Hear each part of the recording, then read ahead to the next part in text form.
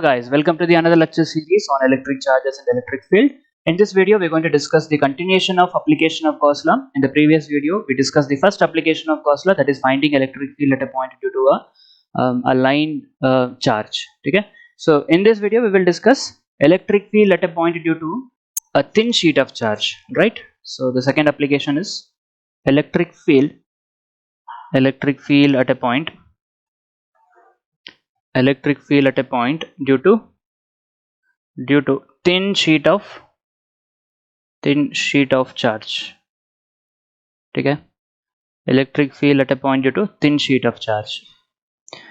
Now as usual, like have told previously, that whenever you're doing any derivation, you have to draw the diagram, and a little bit explanation about the diagram is very important. Okay, so now I'll just first draw the diagram and then I'll explain about the diagram.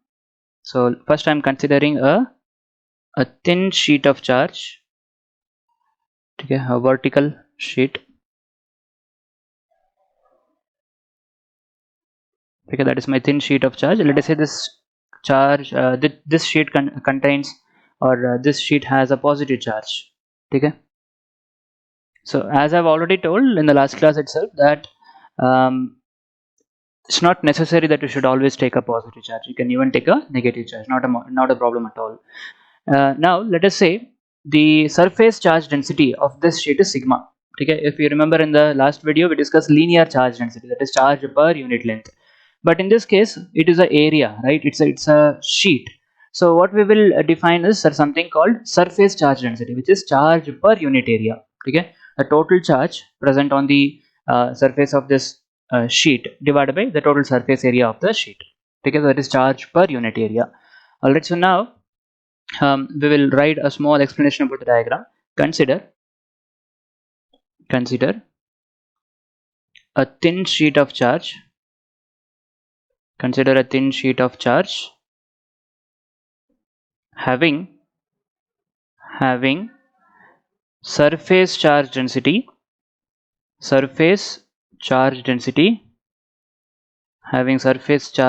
sigma.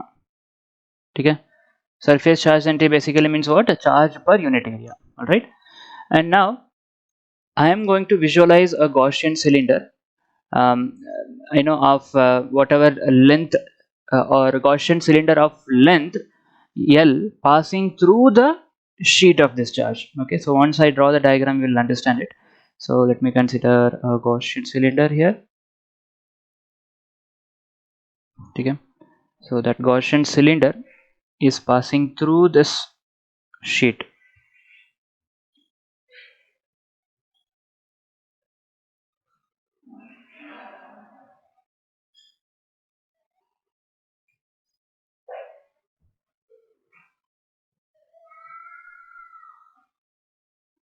Yeah, so it is passing through this thin sheet of charge, and let us say the area of cross section of this Gaussian cylinder is A.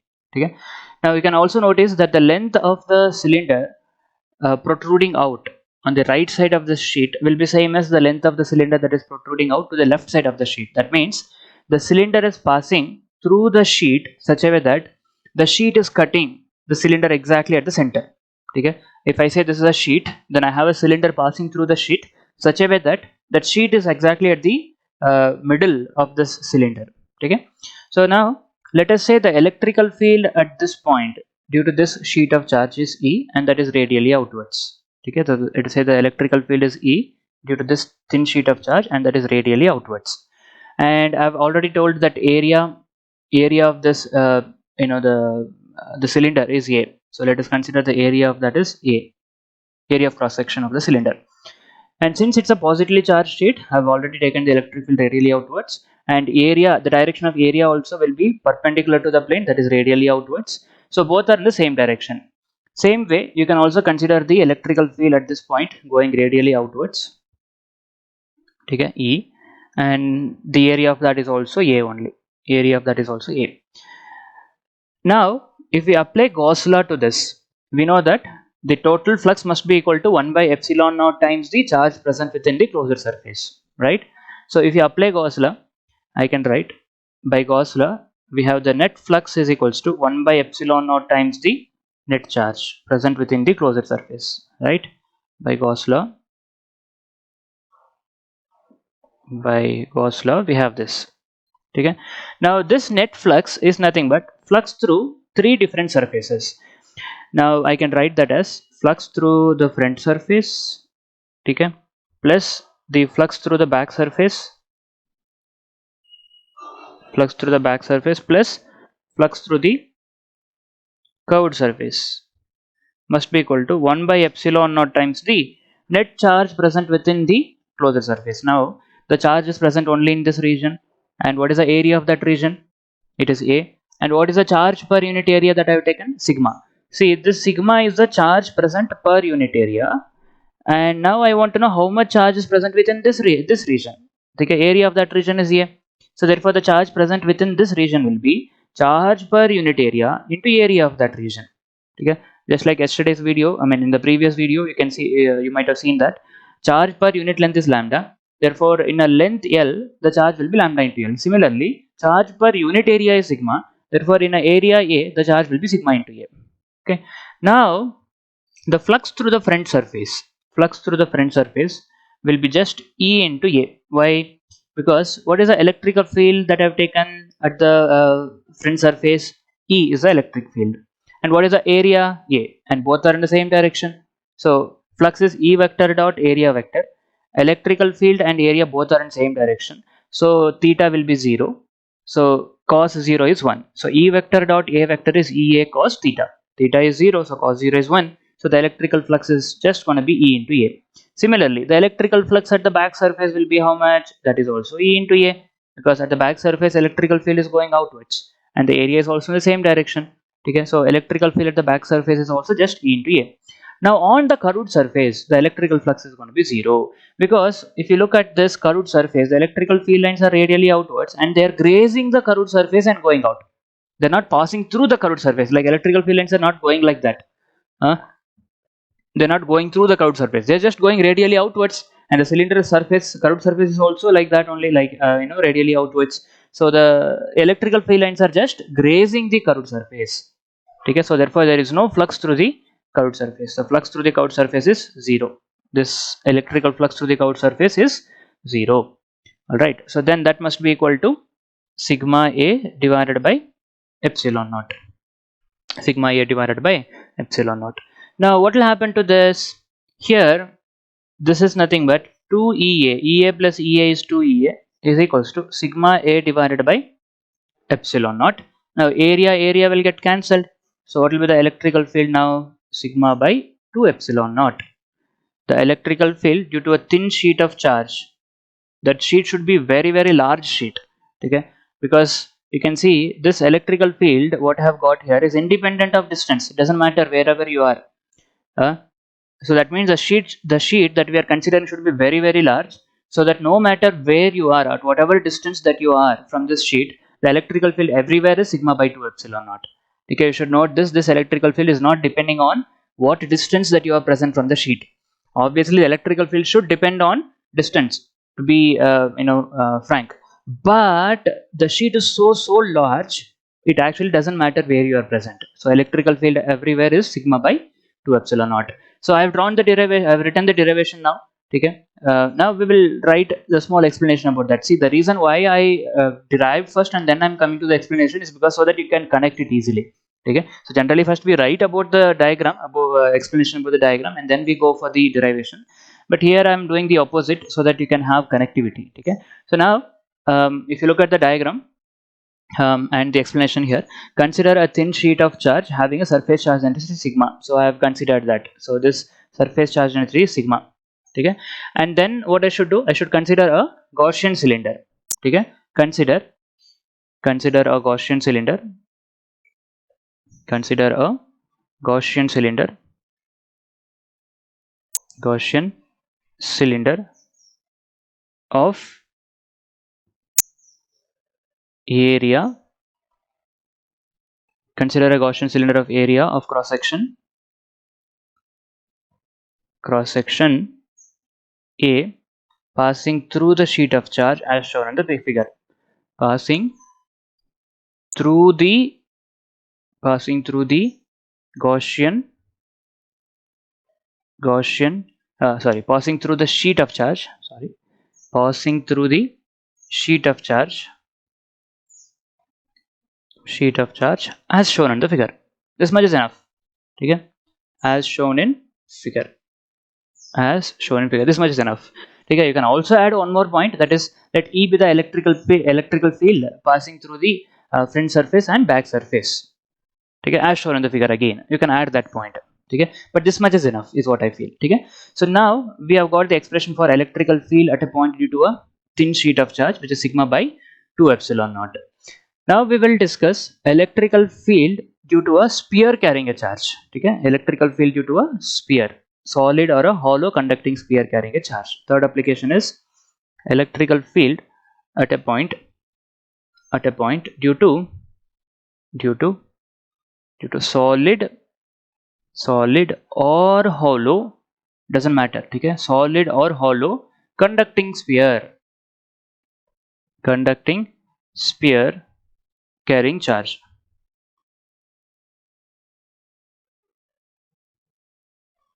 Conducting sphere carrying a charge. Now let us consider a sphere having a charge q. Okay, so this is a sphere of radius r. Okay, having a charge q on it. The total charge present on the sphere is q. Now since it's a conductor, the charge will always present on the surface of the conductor. Even if you give a charge somewhere inside the conductor solid sphere, the charge will immediately come to the surface, because if you give electrons to it, the electrons will repel each other. Okay, so they want to be as far away as possible from each other. So if you give a charge to a conductor, the charge will always reside on the surface of the conductor. Remember that. Now I'm saying that this sphere is carrying a positive charge, which means I have removed electron from it. Okay, I have removed electron from it. So therefore it has a deficiency of electron, and hence it's having a positive charge. Now our intention is to find out electrical field. At a distance small r, which is outside this sphere. So the radius of the sphere is capital R, and now I want to find out electrical field somewhere here. Okay, at a distance small r from the center of the sphere. At a distance small r from the center of this sphere. Okay, so at this point I want to know how much is the electrical field. Now to find out electrical field at this point, we are going to consider a Gaussian sphere again. Okay, we'll consider a Gaussian sphere. Alright, so now I have considered a Gaussian sphere of radius small r, and let us consider a small area here. Okay, so the electrical field at that point, let us say it is E, and the area is dA. dA is the area of the small region that I have considered. So again, explanation about the diagram is very simple. Consider a sphere, consider a solid or hollow sphere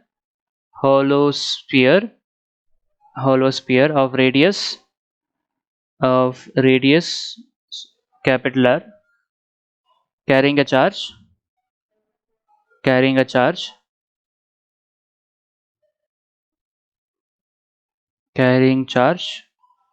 q as shown in the figure. Now let P be a point. Let me consider this point as P. Let P be a point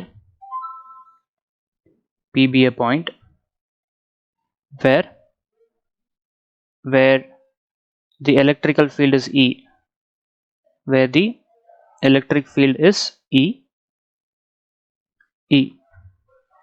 Then what you do? Consider a Gaussian sphere of radius small r as shown in the figure. Now we can add one more point in the second point itself, like I have not told where is this point P. Let me also add that. Let P be a point at a distance r from the center. Okay, let P be a point at a distance r from the center from the center,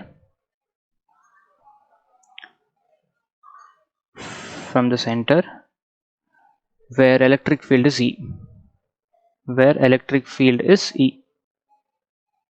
ठीक है. All right, so now we will apply Gauss law. By Gauss law, first I'm finding out electric field outside the conducting sphere. So first I'll find out electric field outside, then we will find out electric field on the surface, then we'll find out electric field inside the conducting sphere. Okay, so the first thing, we are finding electric field outside the conducting sphere by Gauss law. I know that the total flux is nothing but 1 by epsilon naught times the charge present within the closed surface. Okay. Now the total charge present within the closed surface, within the Gaussian surface, this blue dotted line what you see is the Gaussian sphere. Within that, the total charge present is capital Q.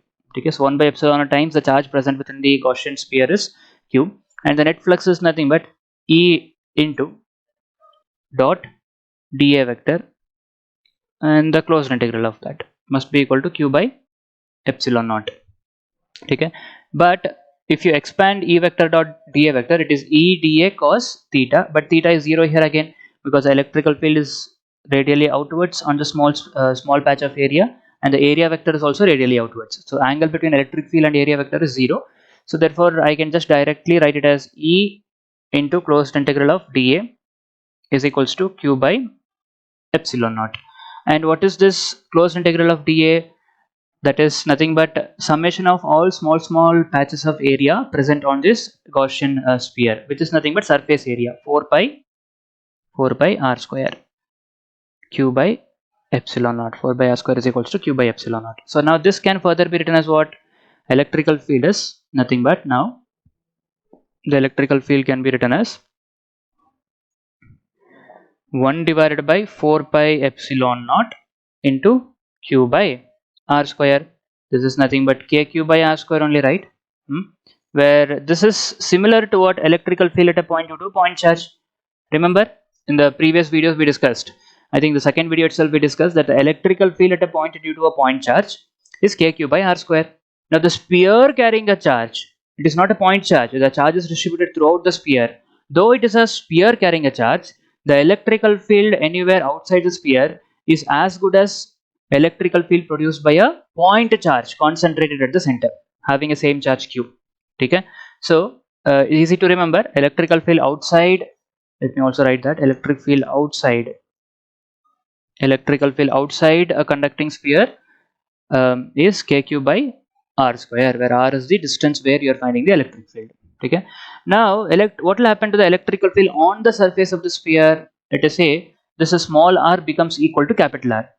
Then that means you are on the surface of this conducting sphere of radius capital R. So what will happen there? The electrical field, I can use the same formula to obtain that. Second is, we are obtaining electrical field on the surface of a sphere. Okay, electrical field on the surface of the sphere. Now we should remember, if you are on the surface of the sphere, small r becomes equal to capital R. Okay, small r becomes equal to capital R. Therefore, you can put on the surface small r is equals to capital R. So therefore what will happen? Electrical field on the surface will become kq divided by small r will become capital R. So capital R square. This is electrical field on the surface of a charged sphere. Okay, very important derivation. Now we know electrical field outside the sphere carrying a charge, electrical field on the surface of a sphere carrying a charge. Now we will find out electrical field inside the sphere carrying a charge. Okay, so the third thing is electrical field inside a sphere carrying a charge. Electrical field inside a sphere carrying a charge.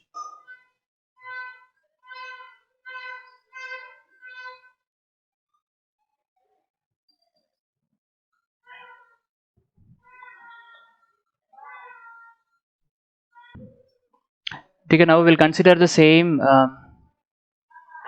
sphere of radius r carrying a charge q. ठीक है. So that's a sphere of radius r carrying a charge q. Now again I've told the charges will always present on the surface of the conducting body. Okay, if you take a conductor and you give a charge, it will always reside only on the surface. Now our interest is to find out electrical field somewhere at a distance, let us say small r inside. Okay, somewhere here at a distance small r, I want to find out how much is the electrical field. Now we'll consider a Gaussian sphere again. Okay, we'll consider a Gaussian sphere.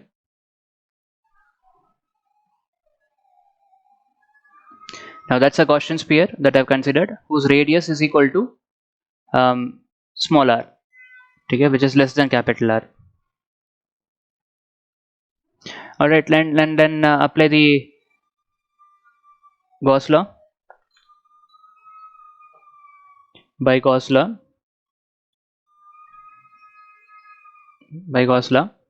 we know that the net flux is equals to 1 by epsilon naught times the charge present within the closed surface, right? So the net flux is nothing but electrical field vector dot dA vector is equals to 1 by epsilon naught times the net charge present. But what is the net charge present within this surface? Within this Gaussian sphere, there is no charge at all, right? Is there any charge present within this? No, because all the charges are present outside, right, or on the surface of the conducting body. Okay, so there is no charge present inside, so the net charge is 0. Okay, if the net charge is 0, the RHS is becoming 0, then 0 into 1 by epsilon it is 0. So this implies what? Here area is not 0. Okay, in the LHS area cannot be 0, right? But electrical field can be 0. So that means what? Simple, electrical field inside is 0. Always remember, an electrical field inside a conductor is always 0. Electrical field inside a conductor is always 0, right? So now we are going to write a very important note where we will draw the graph of electrical field versus distance and see where the electrical field, how the electrical field is going to vary as we move from the center of the sphere outwards. Okay, so graph of electrical field versus distance, graph of electrical field versus distance in case of solid sphere carrying a charge. Okay, so we will take the sphere and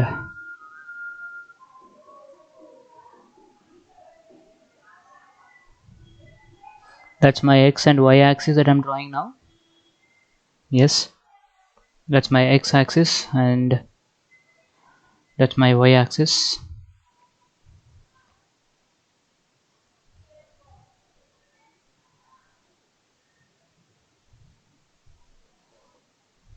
That is just a vertical line that I'm drawing whose x distance is equal to radius.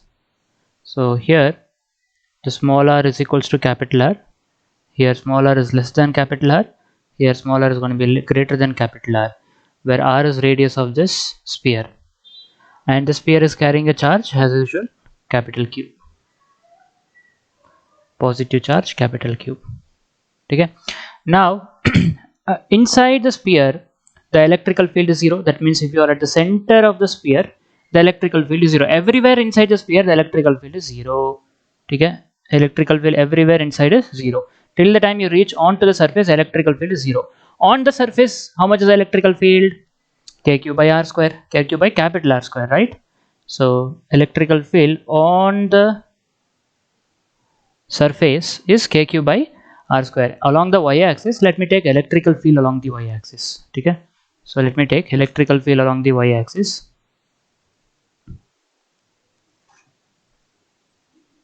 I'm taking electrical field along my y-axis. Okay, so now on the surface the electrical field is Kq divided by r square. Okay, on the surface. Now as you move away from the surface, okay, as you move away from the surface, as you move away outside, the electrical field starts decreasing because electrical field outside is given by what? kq by r square, that is small r square, right? Here it is kq by r, capital R square, electrical field on the surface. Outside it is kq by small r square, right, where small r is greater than capital R. So this diagram is very important. I mean, this graph is very important. They repeatedly ask both in competitive exams and also in board exams. All right, so with this we complete the chapter.